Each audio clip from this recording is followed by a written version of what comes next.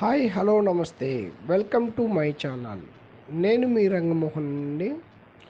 Royal Enfield 4th servicing అయిపోయిందండి. ఇప్పుడు 5th servicing 20,000 కిలోమీటర్లు తిరిగిందండి బైక్.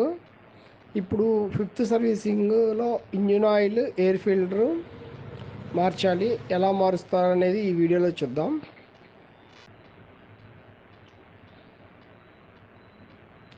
ఇంజిన్ ఆయిల్ మారుస్తున్నారు చాలా సింపుల్గా అనుకొని అందరూ సొంతంగా చేసే మాకండి. జస్ట్ కింద ఇప్పుడు ఇంజిన్ కింద చూడండి బోల్ట్ ఉంది, ఆ బోల్ట్ తీసారండి. అది తీసేటప్పుడు అటు ఇటు అయిందంటే మళ్ళీ లీకేజ్ అవుతుంది. కంపల్సరీగా జాగ్రత్తగా తీయాలి. పెద్ద స్క్రూ ఫస్ట్ మనకి స్టాండ్ పక్కనే ఉంటుందండి కింద, దాని పక్క నుంచి తీసేస్తే మనకి ఆయిల్ ఫస్ట్ది ఎక్కువ వస్తుంది. చూడండి చాలా ఆయిల్ వచ్చేసింది. మనం కరెక్ట్ టైంలో చెప్పిన టయానికి వాళ్ళు ఇచ్చిన రాయల్ ఎన్ఫీల్డ్ ఇచ్చిన వాళ్ళ టయానికి మనం కరెక్ట్గా మారుస్తున్నాం. అందుకని బైక్లో చూడండి ఆయిల్ మరీ బ్లాక్గా లేదు, అలానే ఫ్రెష్గా లేదు. కరెక్ట్గా మనం మారుస్తున్నందుకు కరెక్ట్గా ఉంది ఆయిల్. 4th సర్వీసింగ్ వచ్చేసి 15,000 కిలోమీటర్లకు మార్చామండి. ఇప్పుడు 20,000 కిలోమీటర్లకి మారుస్తున్నాను. నెక్స్ట్ వచ్చేసి ఆ బోల్ట్ అయిపోయిన తర్వాత దానికన్నా ముందు కొంచెం ముందు ఒక బోల్ట్ ఉందండి, దాంట్లో నుంచి కొంచెం ఆయిల్ వచ్చేసింది, చూస్తున్నారు కదా. అది ఇంజిన్ ఆయిల్తో పాటు ఆయిల్ ఫిల్టర్ కూడా మార్చుకోవాలండి. Oil filter plus air filter కూడా మార్చుకోవాలి. ఈ కాస్ట్ తక్కువ అండి, అది 70 రూపీస్, ఇది 125 రూపీస్ పడుతుంది. ఇవి కూడా మార్చుకోవాలి. ఇంజిన్ మొత్తం ఆయిల్ కారిన తర్వాత జస్ట్ కొంచెం చిన్న లైట్గా షేక్ ఇచ్చేస్తే మొత్తం బయటకు వచ్చేస్తుందండి. ఫస్ట్గా మనం ఎయిర్ ఫిల్టర్ చేంజ్ చేద్దాం అన్నారు. ఎయిర్ ఫిల్టర్ ఎలా చేంజ్ చేస్తారో చూడండి. జస్ట్ ఇటువైపు వచ్చిన తర్వాత మనకి రైట్ సైడ్న బైక్కి ఇటువైపు జస్ట్ స్క్రూ కూడా తీసారండి. దీనిలోంచి కటింగ్ బ్లేడ్తో తీసారు. యాక్చువల్గా కటింగ్ బ్లేడ్తో తీయకుండా కానీ దానికంటూ ఒక ప్రత్యేకంగా ఒకటి ఉంటుంది, దాంతో తీస్తేనే ఇంకా బాగుండేది. కానీ దీంతో తీస్తున్నారు.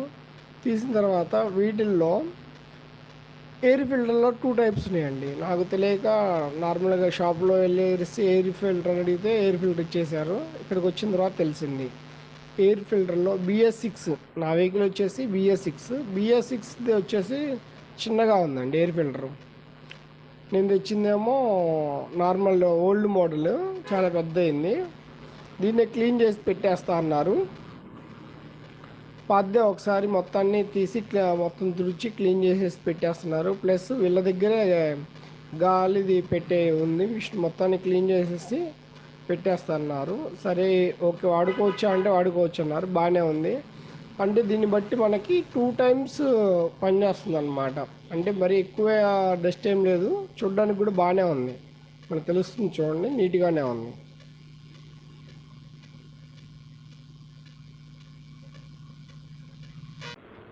ఓల్డ్ ఎయిర్ ఫిల్టర్ మొత్తాన్ని క్లీన్ చేస్తారండి మిషన్ పెట్టి. తర్వాత అది పెట్టే ప్లేస్ను కూడా క్లాత్ పెట్టి క్లీన్ చేసుకోవాలండి. ఇంకా అలా కాస్త కూస్త డస్ట్ ఉన్న మళ్ళీ అది లోపలికి వెళ్తుంది కదా, అలా కాకుండా మొత్తాన్ని క్లీన్ చేస్తారండి. చేసిన తర్వాత సేమ్ అలాగే పెట్టేసి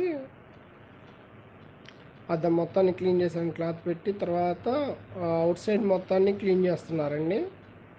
నెక్స్ట్ వచ్చేసి సేమ్ ఎలా ఉంది యాస్టీస్గా అలాగే అదే ప్లేస్లో పెట్టేస్తున్నారు.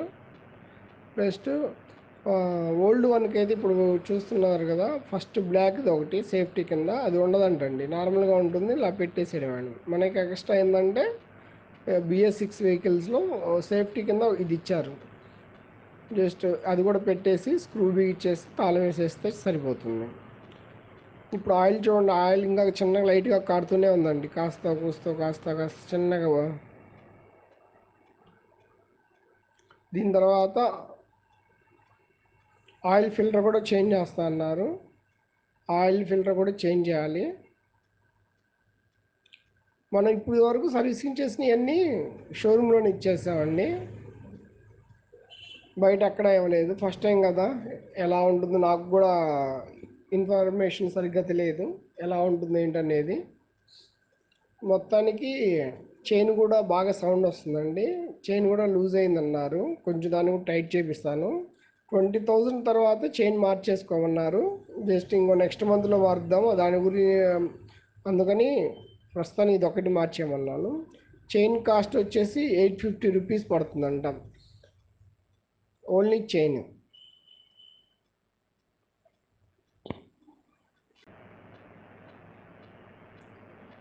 ఎయిర్ ఫిల్టర్ కూడా చేంజ్ చేస్తున్నారండి.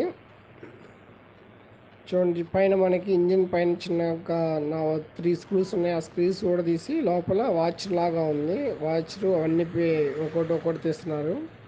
అది జస్ట్ చిన్న సైజు పంపు లాగా, పైప్ లాగా ఉంది. దాని నుంచి ఆయిల్ ఫిల్టర్ అయ్యి మళ్ళీ ఇంజిన్లోకి వెళ్తుందంట.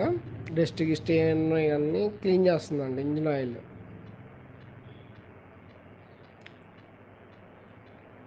మళ్ళీ సేమ్ దాన్ని కూడా మొత్తాన్ని తీసేసి దీంట్లో మనకి ఎయిర్ ఫిల్టర్ కూడా తీసినప్పుడు కూడా మనకి ఆయిల్ వస్తుందండి. దాన్ని మొత్తాన్ని కూడా క్లీన్ చేశారు.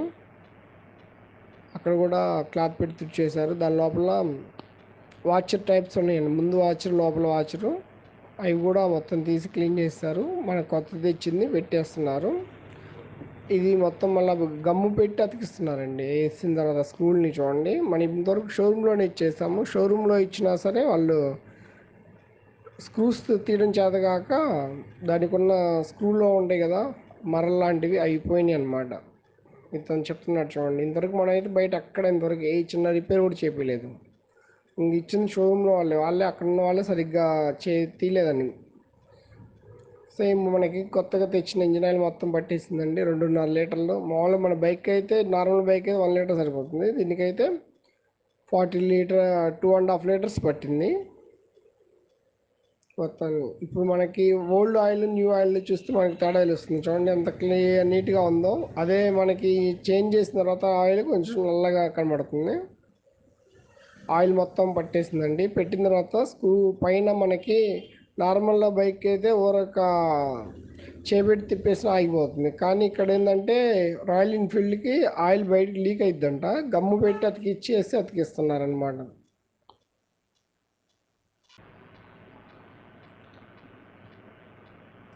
రాయల్ ఎన్ఫీల్డ్లో 2 జాగ్రత్తలు తీసుకోవాలండి.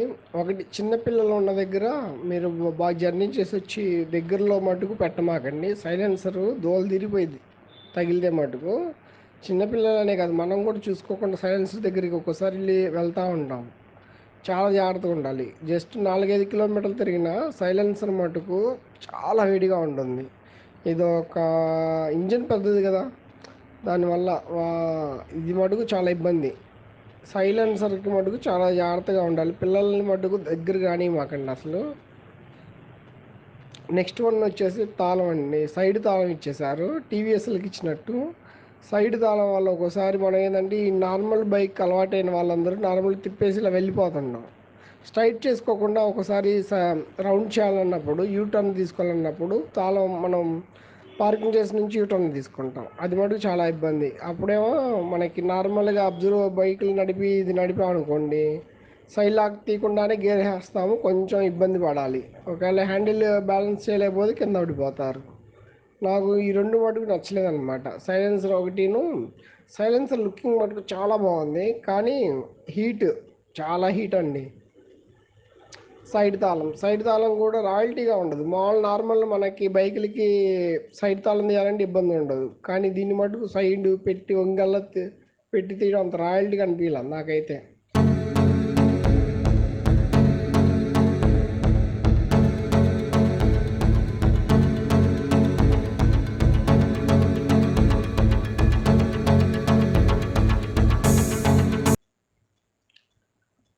Thank you for watching our video. ఈ వీడియో మీకు నచ్చినట్లయితే ఒక లైక్ చేయండి, సబ్స్క్రైబ్ చేసుకోండి మై ఛానల్.